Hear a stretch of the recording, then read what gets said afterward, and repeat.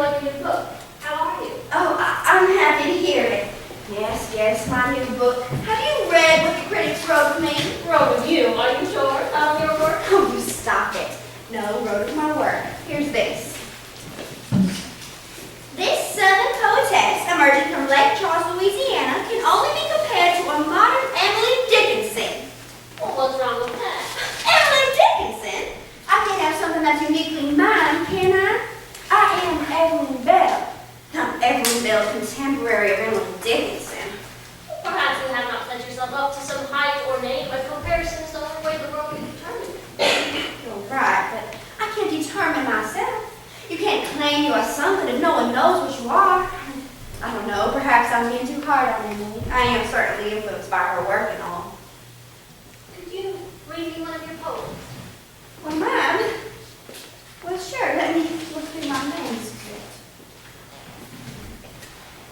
Oh, no. Here. I left a red rose for Venus. I left a red rose for Venus and went against the tide. 'Twas while she was sound asleep, success and the differences I tried.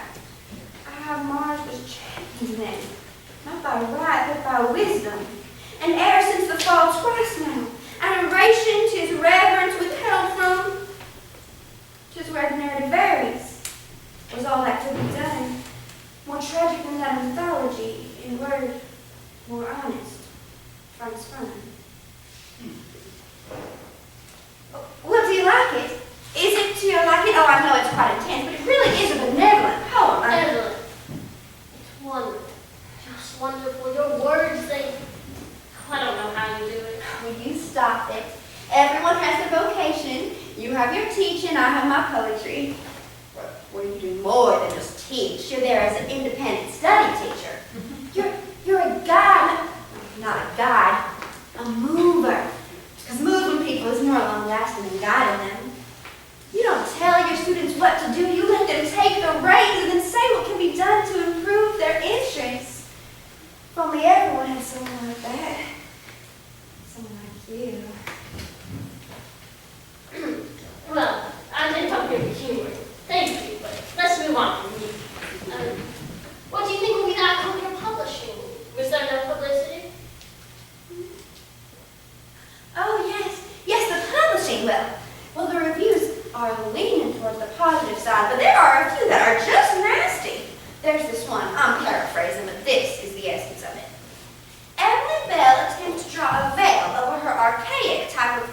over her mediocre work with an archaic type of verse, one that has no substance other than being convoluted and contrived. A possible fiction writer, but not a poetess. That is what the House Inquiry said, and I'm beginning to believe it's true. Hey, that's not true and you know it. That review was convoluted and contrived. I hate book reviews, good and bad. There's no way to understand a book, especially poems.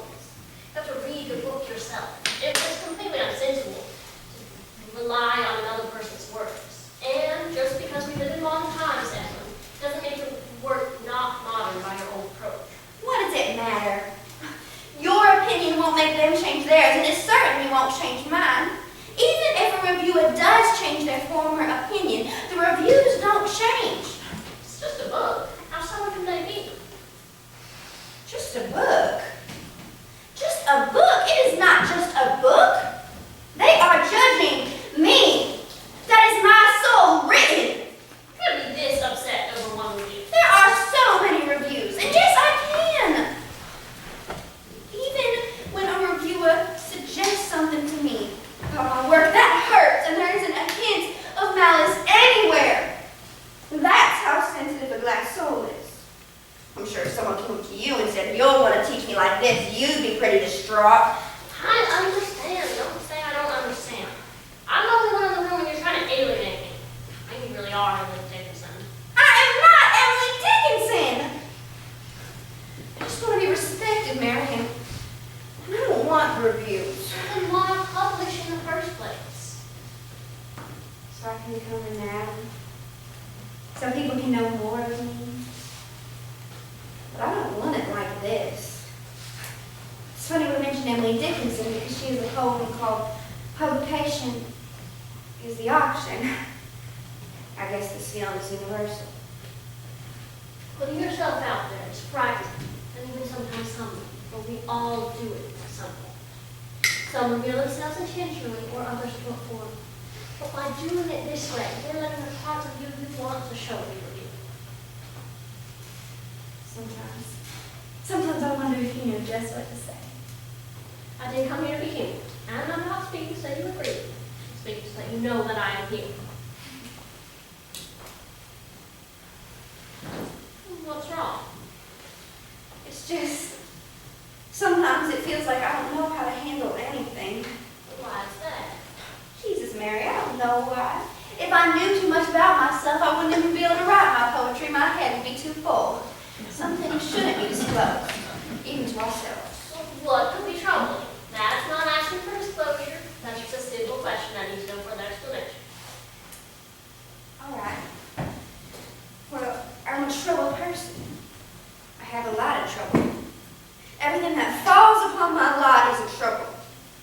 And I can't be satisfied with how things are just the way they should be. And when they are how they should be, it's nonetheless the same. I look at my poetry and I think, hey, this could be something, but wouldn't it be nice to be sure, though?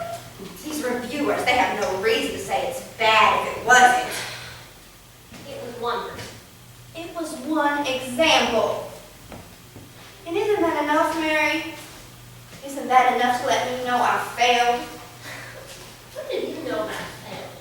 You don't fail. That's your thing. You want our attention when I got it. It's pretty though, isn't that right?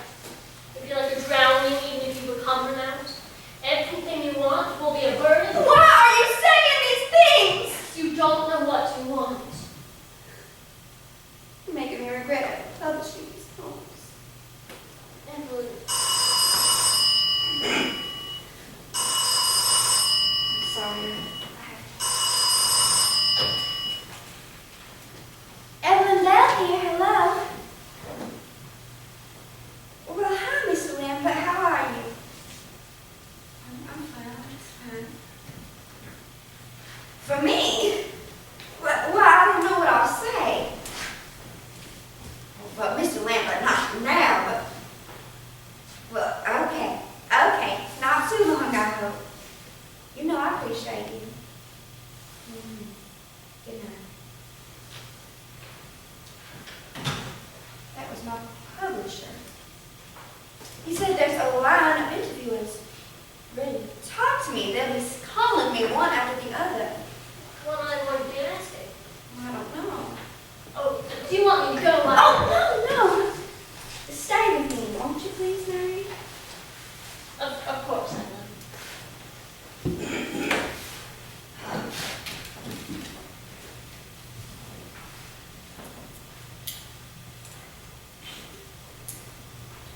You know, I used to smoke often. Really? Yes, being a mover, as you said, it gets tiring. It's exhausting, and some of the reasons Nerves? Why are you nervous? not nervous, resentful. And why are you resentful? Imagine spending all day applying yourself to others yet not having been in before. Look how weary I must have been. Do you know what it's like when a student doesn't appreciate or utilize your help? I really tried my best, but I wasn't appreciated and I was respected. Thought the cigarettes would help. They didn't. Never did. Kept smoking though, for a while at least. I don't know why. Guess it didn't feel like it would make a difference either way. I've always been a bit of a fatalist. You said a cigarette reminds you of former resentment. Maybe there was a part of you that liked that feeling. When you feel resentment, you feel hopeless. And then you feel the burdens of trying to disappear.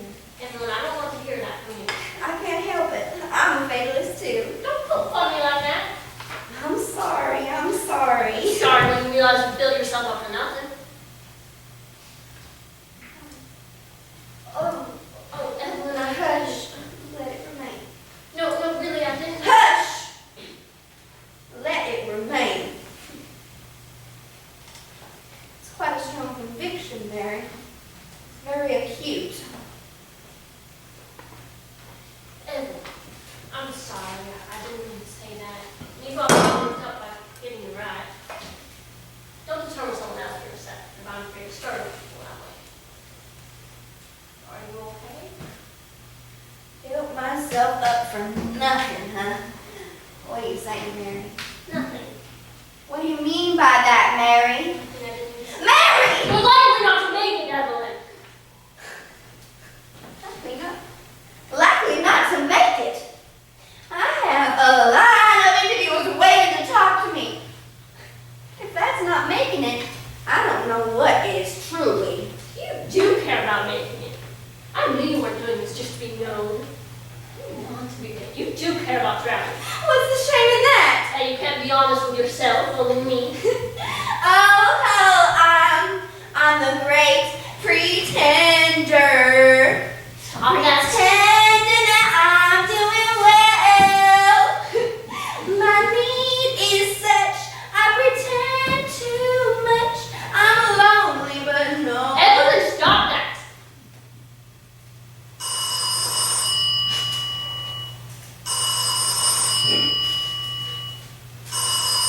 You're going to get that great pretender? What do you mean am I going to get that? Well, you were so sure of yourself that you didn't publish your work. So are you going to pretend like you want this unanswered, or are you going to let the phone ring? I don't know. You're choosing the latter, you thought all the time.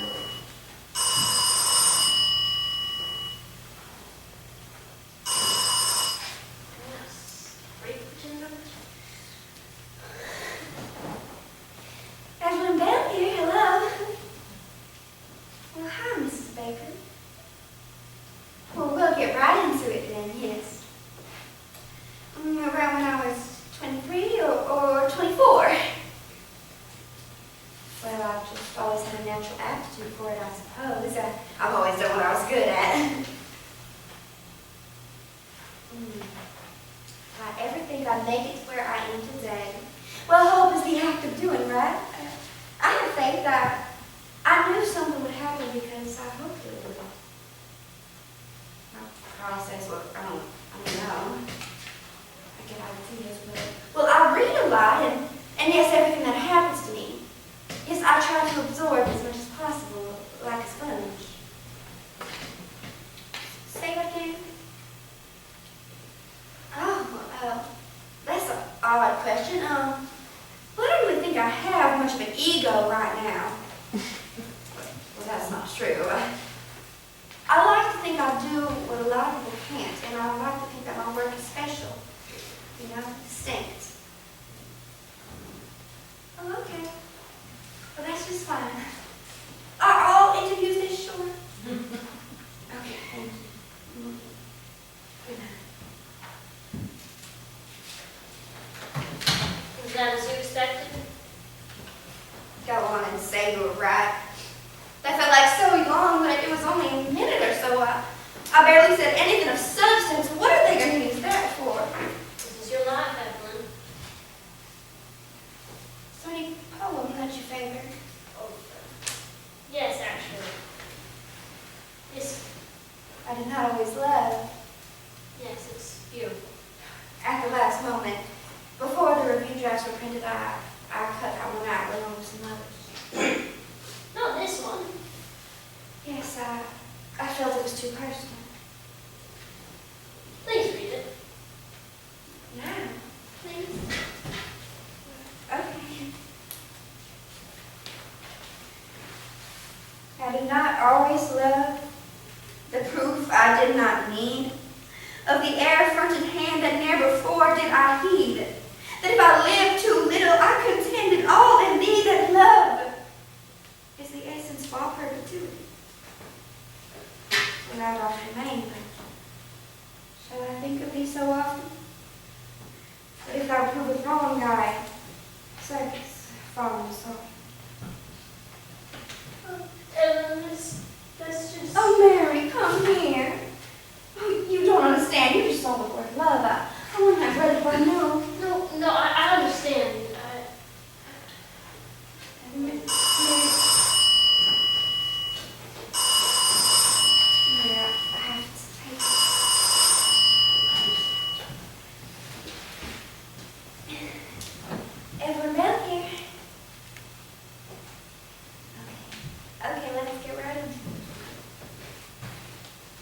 That's a good question. My favorite poem. Well, it's not my favorite, but it's nice. I wrote it last year in December. It's called Avalon Compromise. You want to hear it? Well, okay, just let me fetch my manuscript.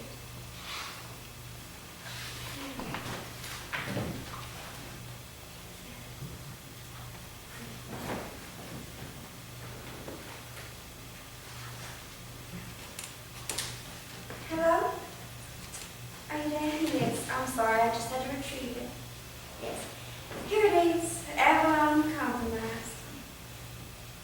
Avalon compromised, since Arcadia has no reach. Yet every day it hangs a high, but too far to besiege. The shrubbery only told by its winds interspersed, behind the clouds formed by the mountains, ponder at verse. The arch of the sun and moon lingers there, surveys to the bow. Credulous rest when sporadic ingress, but hope leaves it all at work. Said about I'd rather not say. No, it's in the book. Yes. A lover? Why, I don't have one. Well, why not? Look, that's none of your business, ma'am. I don't know. Excuse me? Ma'am, I will hang up. This is not appropriate. My sexuality? What does that mean? Look, that's none of your business, ma'am. No. No, I will hang up. Look, no, my reluctance does not mean that no, stop it. Oh, Mary. Why are they?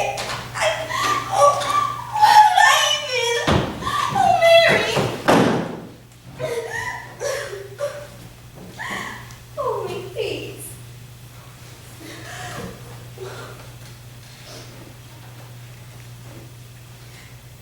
Right. This is no life. The life we've been living.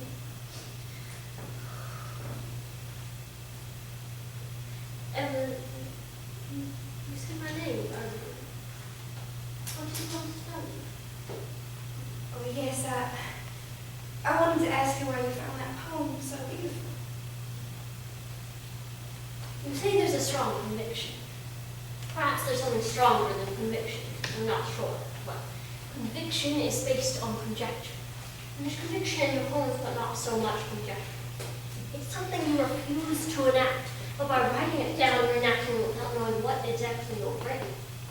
There's something deeply profound and disconcerting inside you that you're afraid to let out for what it may change. Well, change is a facet of conjecture, is it not? Conjecture means that there can be many interpretations. So you can lie for all I know. But you can also tell an unsurfaced truth that may come off as a lie or conjecture. So really, the prospect of conjecture in your poetry, it very well may be. Well, it very well may be the truth. And I'm sorry if what I'm saying makes so sense to you. I'm saying essentially that something inside of you is based on conjecture because there's conviction. If you base me on conjecture, No, I'm basing it on what I reckon is the truth. And to you, it may be conjecture. Your poetry, it speaks solidarity. And when I read your poetry, I wasn't certain, but after that last interview, I knew what you meant. I know what it's like to walk away in anger. I know what it's like to hide from the truth because the truth is the most revealing. Conjecture may be more unappealing and even painful, but the truth is the most revealing. whatever you're saying to protect me from me needs to stop. This is your life, Evelyn. The path you've been living. What are you saying, Mary? And what do you want to say? Will you admit that some things are better left unuttered? Yes, they have been for quite some time, except for my poetry. Maybe you're right. Maybe you're right, and both of us know what we want, and one of us is more afraid to admit it. No, one of us is afraid of revealing herself, and the other is afraid of what that would entail, the truth. Have you always felt that way? What way?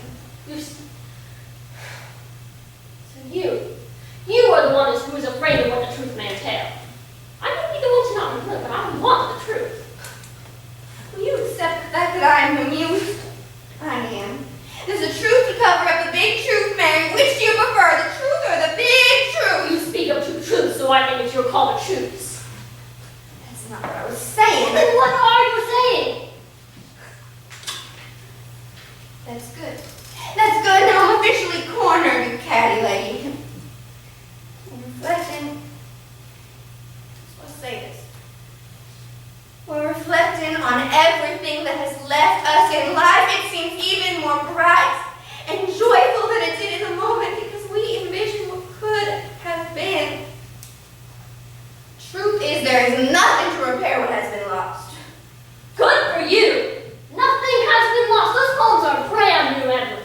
Brand new. I can see the ink still drying, and that ink can either mean lying to yourself forever or accepting the truth.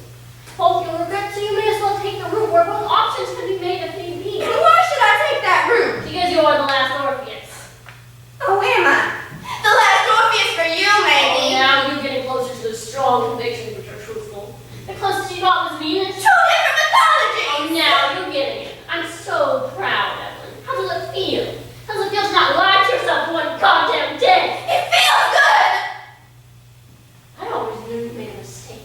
And on paper, you and I are suffering for it.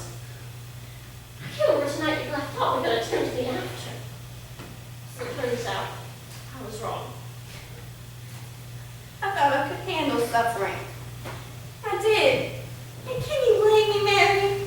Can you blame me for all the dying flowers and the inspiration I walk past every day? Can you blame me for taking this route? I can't blame you, but I can blame myself. You urge me to pity you, but it won't work. It won't work because I blame myself too in a way that only I can implement. And you can let me blame myself and you, but it won't do any good, Mary. No good. I waited, I wanted, and I worsened because of it. I came over tonight because I thought we could attempt the after. As it turns out, we both want the same thing. Is this punishment for getting worked up over the poems? It is, isn't it? All the crying and you still can't admit what you want to say. Oh, I can admit it. Do you want me to admit it? I'll admit it. I'll admit that you wore me on your sleep all this time. In a different light. One more scornful, one more condescending because you can't admit that now. Things will be better. You're saying I have wounds that can only be healed That's precisely what I'm saying. If you take that other route, you will never find what you're looking for. And how do you know that despite what I want, what I need will suffice? My poetry. Because there are poems not just about pain and desire. There are wonderful poems about love and triumph and desire, but the obtainable desire. Those poems make me cry for all the right reasons. But this life is like constantly searching. There's no life for you. The only life that will come bearing is the one in the palm of your hands. How do you know I can hold it just as well? Because you're being given the chance to hold it again. Shut that window, man. Sure. Sure, Mary, I'm being given the chance to hold the truth once again. I've been looking at this truth for quite some time. My poetry, my life. The only difference is metaphor and conviction. There seems to only be conviction in my poetry and not in my life. That's something you're right about. Sure, I don't want a life of constantly searching. I want to find and be found. That's not too much to ask for. You've made that apparent. That's a crumb. Except I don't want a crumb. I want the whole. And these wilted flowers, these poems, these are crumbs, and you don't know how unpleasant they are to look at because they remind me of what could have been. That whole I thought I could not have, or that whole I thought I could not bear, or the whole I could not strip away from for the sake of my desire. The only thing that I omitted was the necessity. You're right, Clinton, that all of these convictions are true. Except this one thing. These flowers, these poems, they are crumbs, and they remind me of the whole. And I so enjoy recalling when I was whole and not just crumbs. In another word, Mary, close those curtains. The draft drew in, they shut down here with what could have I. Double measure straight, to compare, is the sweetest thing compare. I'm done comparing and complying. In other words,